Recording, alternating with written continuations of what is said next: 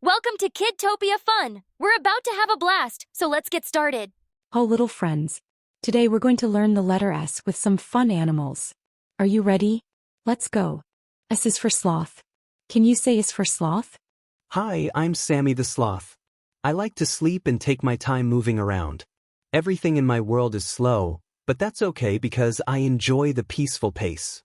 Next, S is for spider. Can you say S for spider? Hello, I'm Sally the Spider. I love making beautiful webs with my 8 legs. Spiders are great at catching bugs to eat, and my web sparkles in the sunlight. Now, S is for sheep. Can you say S for sheep? Hi there. I'm Sid the Sheep. I love eating grass and running around with my flock. We make a soft, woolly team, and together we make the world fluffier. Great job. S is for sloth, S is for spider, and S is for sheep. Awesome work, everyone. See you next time. Don't forget to like and subscribe.